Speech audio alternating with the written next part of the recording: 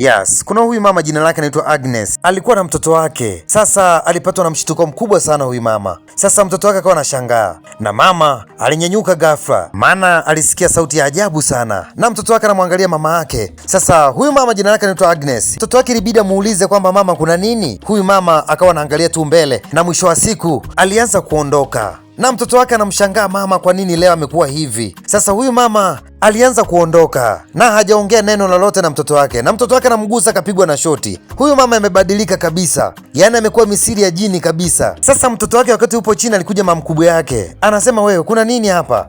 Anasema mama alikuwepo hapa lakini amebadilika mara ghafla tu, yaani akawa haeleweki kabisa. Na huyu ni dada yake Agnes. Sasa dada yake anamfuata anamwambia Agnes. Sasa anamgusa akakuta anapigwa na shoti. Sasa kawa anashangaa, mdogo wangu amebadilika kuwa umeme au? Sasa anakuja mtoto wake Agnes anamwambia, mama mkubwa, umemwona mama alivyo sasa? Anasema amebadilika kabisa. Akasema nichukulie zile ndala. Sasa huyu mama akaendelea kumfuata anamwambia Agnes, sasa bidi waanze kumfuata nyuma sasa. Wanaangalia Agnes ni mtu wa aina gani?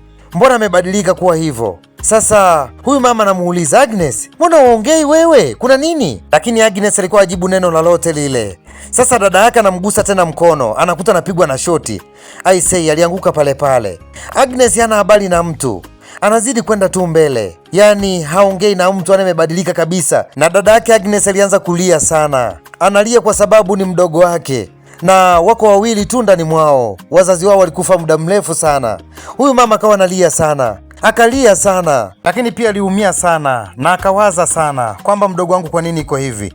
Ikabidi tena wanyenyuke waanze kufukuza kwa nyuma.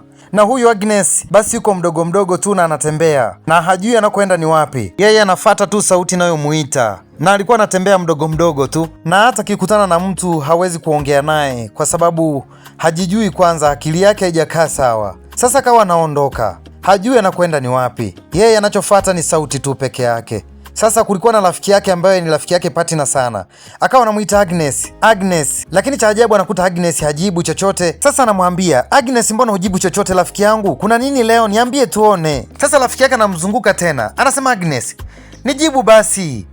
Anamshika anakuta anapigwa na shoti na yeye. Basi alianza kulia sana rafiki yake. Agnes amebadilika kiukweli, yaani Agnes hajijui, yeye anachozidi ni kwenda tu mbele. Sasa rafiki yake akabaki pale analia na mkono wake umepigwa shoti. Sasa analia sana kwamba leo Agnes ana nini, lakini muda sio mrefu mtoto wa Agnes anakuja na mama mkubwa yake, wanamkuta rafiki yake Agnes yuko pale chini analia. Ikabidi wamnyenyue. Sasa huyu rafiki yake Agnes anasema, rafiki yangu sijui amekutana na nini leo. Sasa hata huyu dada yake Agnes akawa anajisikia vibaya sana kwamba mdogo wangu leo amekutana nini. Hata mtoto wake anashangaa, anasema nilikuwa na mama pale nyumbani, cha ajabu amebadilika tu, yaani sijajua kuna shida gani. Sasa dada yake Agnes anasema hebu tuende tumfuate tuone, asije kafika mbali sana na tusijue ameenda wapi. Sasa wakawa wanakimbia ili kumfuata wajue anaenda ni wapi. Na Agnes yuko mbele kabisa, anaenda mapolini kabisa huku ambako ile sauti ilikuwa inamuita. Bwana we. Lakini kwa wewe ambaye unatamani kutoka kwenye level ulionayo na kwenda level nyingine na unataka kutoka hapo ulipo, piga simu kwenye hiyo namba ambayo unaiona kwenye kioo chako. Lakini tunaendelea.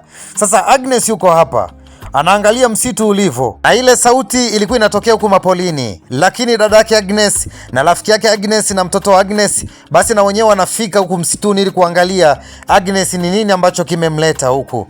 Na nyuma weki, mimi ni Ano Voice kama kawaida. Nikuomba usipite bila kusubscribe channel yangu na kubonyeza alama ya kengele. Thank you guys.